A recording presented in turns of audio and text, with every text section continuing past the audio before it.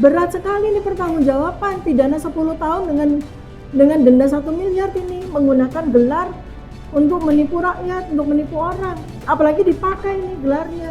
Ini dulu Rismon, ini dulu kamu pertanggungjawabkan. Saya tentunya ingin gelarmu ini asli. Saya Dr. Tifa sangat ingin gelarmu ini asli. Saya tidak akan bertepuk tangan sorak-sorak ketika ternyata gelarmu palsu. Enggak, sedih saya, sedih. Saya dengan 200 halaman saya meyakini apa yang saya tulis benar. Kan begitu, masa ada seorang ilmuwan menulis buku, semua bukunya dari halaman 1 sampai halaman 180 salah, ya kan? Seperti itu. Tapi bahkan ketika buku belum selesai dijual, Rismon sudah minta haknya loh. Jadi nggak benar. Kalau buku ribuan seperti yang dia sampaikan, kemudian dia minta dibagi atau tidak ada transparansi. Sekarang pertanyaan saya, kemana dia waktu saya pontang-panting mencari uang untuk mencetak buku? Kemana dia? Setelah buku itu tercetak, kemana dia membantu saya untuk menjual buku? Kemana dia? Nggak ada. Bahwa ternyata salah satu dari kami ternyata tidak berhak untuk menyandang gelar itu urusan hukumnya dia ya. Nah, jadi buku ini secara ofisial itu mulai lahir di tanggal 16 Juli 2025. Pada saat satu minggu setelah kami melakukan gelar perkara khusus yang pertama ya, di tanggal 9 Juli ya, 9 Juli 2025 ya, kami bertiga waktu itu menjadi ahli ya, dihadirkan pada gelar perkara khusus yang dimintakan oleh TPUA ke Mabes Polri ya, ke Barreskrim. Seminggu setelahnya saya mengajak dua teman saya, Mas Roy Suryo dan Rismon, untuk membuat buku kompilasi dari penelitian kami.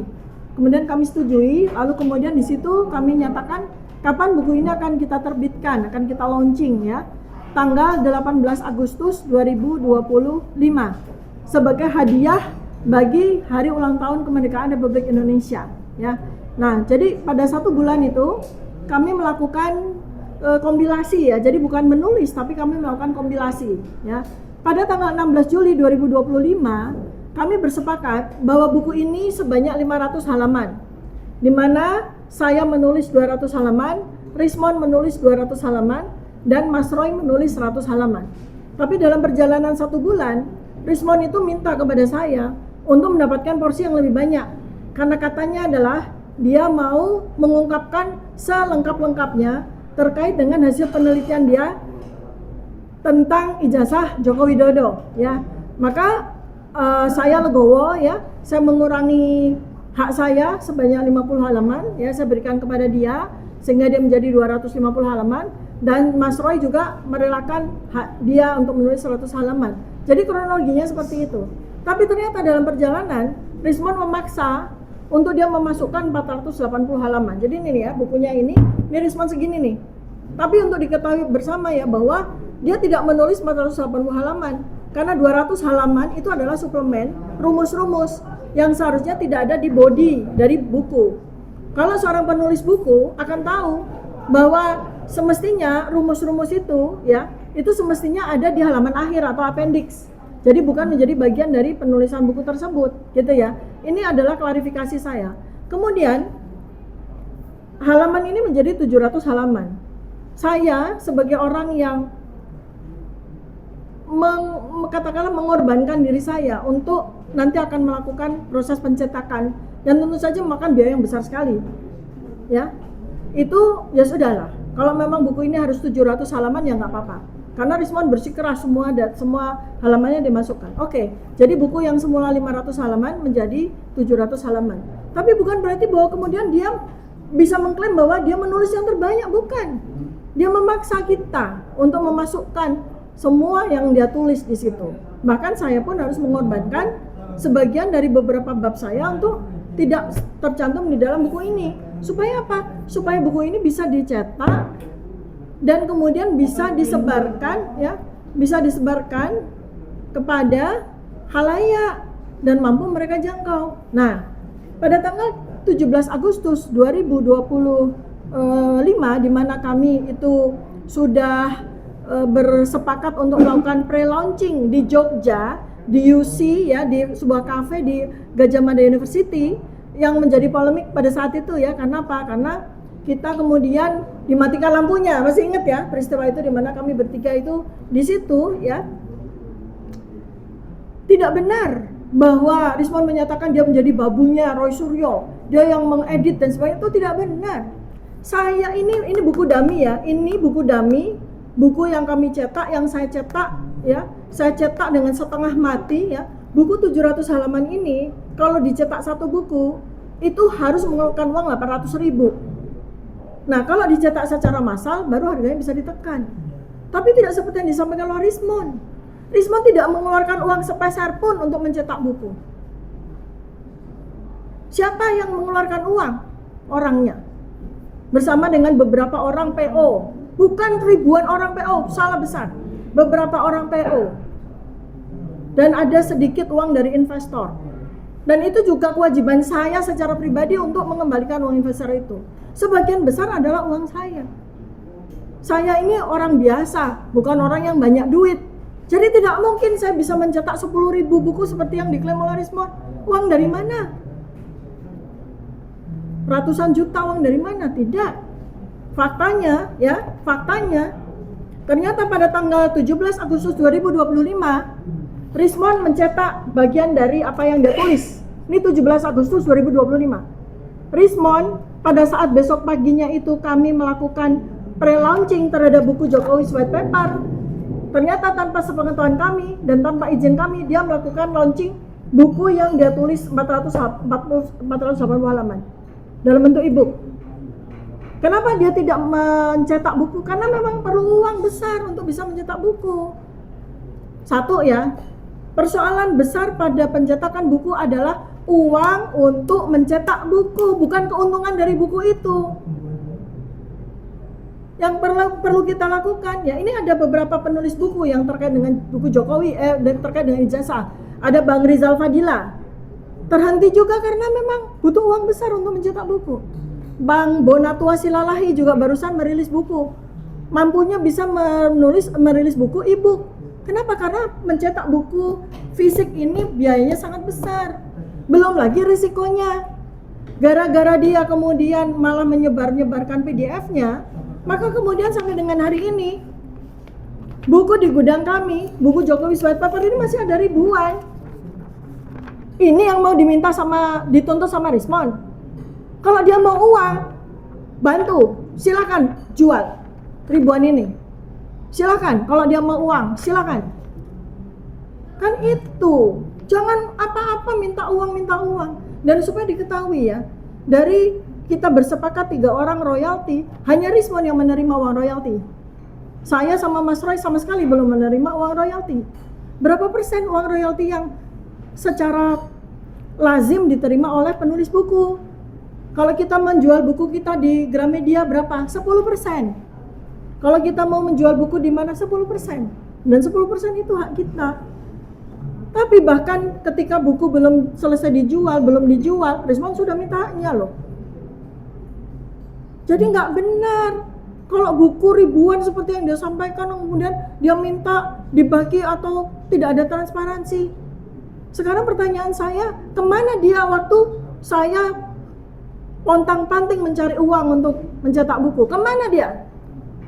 Setelah buku itu tercetak, kemana dia membantu saya untuk menjual buku? Kemana dia?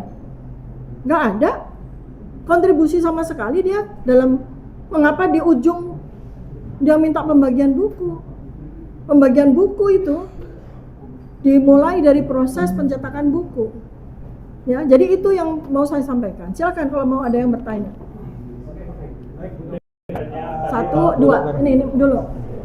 Dengan adanya tadi ada kluster dari penulisan Rismon, ya. Apakah nanti Ibu akan merencanakan untuk menerbitkan ulang dalam versi yang bersama Roy Suryo aja, jadi minus dari Rismon, karena nanti kalau misalkan diterbitkan ulang itu akan menjadi masalah di kemudian hari. Apakah seperti itu? Ya, jadi begini ya, kalau seseorang penulis buku menyatakan kemudian bahwa apa yang dia tulis itu keliru, itu caranya tidak dengan menarik buku ini, tetapi melakukan revisi. Dengan cara apa? Dia bikin buku lagi, silakan. Itu hak dia. Dia mau merevisi apa yang dia tulis, tapi ini justru menunjukkan bahwa Rismond memang bukan seorang ilmuwan.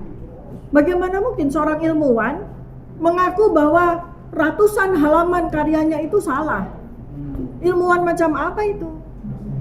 Saya dengan 200 halaman saya meyakini apa yang saya tulis benar. Kan begitu. Masa ada seorang ilmuwan menulis buku, semua bukunya dari halaman 1 sampai halaman 180 salah? Ya kan? Seperti itu. Lalu rencana seperti itu belum terpikirkan oleh kami, tapi yang jelas ya, pada waktu kami itu diperiksa, lalu kemudian kami punya ahli ya, ahli yang memiliki ilmu digital forensik ya, itu Profesor Tono Saksono dan Dr. Ridho Rahmadi. Keduanya menyatakan bahwa apa yang ditulis Rismond itu benar, valid. Jadi kan aneh banget ya seorang Rismond ini kan, dimana dia menulis karya yang baik ya, kemudian karya yang baik itu divalidasi oleh 2 orang ilmuwan yang gak kaleng-kaleng, ilmuwan kelas dunia, Profesor Tono Saksono dan Dr. Ridho Rahmadi, lalu kemudian dia menyatakan bahwa karya dia salah. Kan aneh sekali itu, orang itu aneh. Silakan. Tadi Bu Dokter mengatakan bahwa saat buku tersebut itu uangnya itu berasal dari kantong Bu Dokter sendiri. Salah gitu satu ya, sebagian besar. Ya. Nah, apakah itu termasuk dengan biaya penelitian untuk membuatan buku itu, Bu? Kalau biaya penelitian kami mengeluarkan dana masing-masing. Mas Roy dengan penelitian telematikanya mengeluarkan dana dia sendiri. Saya dengan penelitian neuropolitika saya mengeluarkan dana sendiri. Dan supaya diketahui pada khalayak ya, saya ini salah satu pekerjaan saya adalah menulis buku. Saya menulis buku dari sejak tahun 2017 ya. Buku pertama saya Body Revolution, kemudian buku saya yang kedua buku Nutrisi Surgawi ya. Buku saya yang ketiga adalah buku Pandemi ya. Ya, buku keempat saya adalah buku Jokowi White Paper ini. Ya, ini semua dicetak dengan dana sendiri. Ya, dan inilah cara seorang pejuang untuk memberikan ilmunya kepada masyarakat. Sebagian biaya buku ini keuntungannya dipakai untuk perjuangan, dipakai untuk melakukan penelitian, ya, dipakai untuk melakukan penelitian berikutnya. Itulah seorang pejuang. Kalau seseorang menulis buku lalu mana untungnya, itu namanya pecundang, bukan pejuang. Kalau saya, uang kalau memang ada, ini belum ada, uangnya masih dalam bentuk ribuan buku ini loh. Uangnya masih ya, kalau nanti buku ini bisa menjadi uang, ribuan buku ini bisa menjadi uang, apa yang dilakukan? Untuk berjuang, untuk melakukan penelitian lagi, untuk memberikan edukasi kepada masyarakat. Begitu cara pejuang menjalankan kehidupannya. Biaya penelitian itu berasal tidak ada dari Bu Dokter maupun Mas Roy, tapi berasal dari dia sendiri. Gimana? Biaya penelitiannya dia yang kemudian salah itu. Iya kan gini, ini buku Jokowi White Paper itu ditulis oleh 3 peneliti. 2 peneliti asli, bergelar asli. 1 peneliti kita masih meragukan gelarnya. Lalu kemudian kami bertiga melakukan penelitian dengan ilmu kami masing-masing, dengan uang kami masing-masing untuk melakukan penelitian. Kami nggak ada bohir. Saya terutama tuh nggak ada bohir. Bohirnya ini rakyat yang membeli buku-buku saya, ini bohir. Bohir kami itu rakyat yang membeli buku-buku saya untuk berjuang. Lalu kemudian Rismond menyatakan bahwa penelitiannya menggunakan uang dia sendiri, ya silakan. Ya silakan. Saya pun menulis penelitian saya juga menggunakan uang saya sendiri. Demikian juga dengan Mas Roy Suryo, gitu loh. Ya. Satu terakhir ya. Sejauh ini kan setelah mengajukan RC, saudara RHS ini kan terus menyerang dalam tanda kutip baik Dr. Tifa maupun Pak Roy Suryo ya. Kalau Pak Roy Suryo berkaitan dengan halaman buku yang tidak sesuai kata Rismond, kemudian Dr. Tifa soal transparansi buku ini. Apakah nantinya ketika ini terus dilanjutkan akan ada langkah hukum dari Dr. Tifa dan Pak Roy terkait dengan serangan-serangan dari saudara RHS ini, Dokter?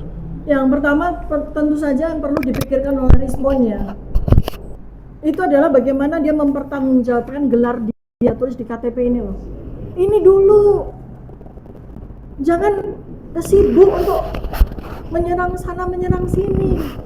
Ini berat sekali, ini pertanggungjawaban, pidana 10 tahun dengan dengan denda 1 miliar ini menggunakan gelar untuk menipu rakyat, untuk menipu orang. Apalagi dipakai ini gelarnya.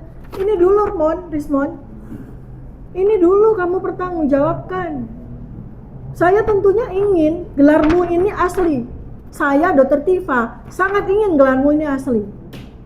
Saya tidak akan bertepuk tangan sorak-sorak ketika ternyata gelarmu palsu. Enggak, sedih saya. Sedih. Karena kamu itu orang yang punya ilmu baik. Tapi apa artinya orang yang punya ilmu baik tapi dia dengan kesadaran dia melakukan penipuan terhadap 280 juta rakyat Indonesia? Gak ada artinya. Ya, itu yang bisa saya sampaikan pada penjelasan saya terkait dengan buku. Mudah-mudahan seluruh rakyat Indonesia menerima penjelasan saya dengan jelas ya, sejelas mungkin.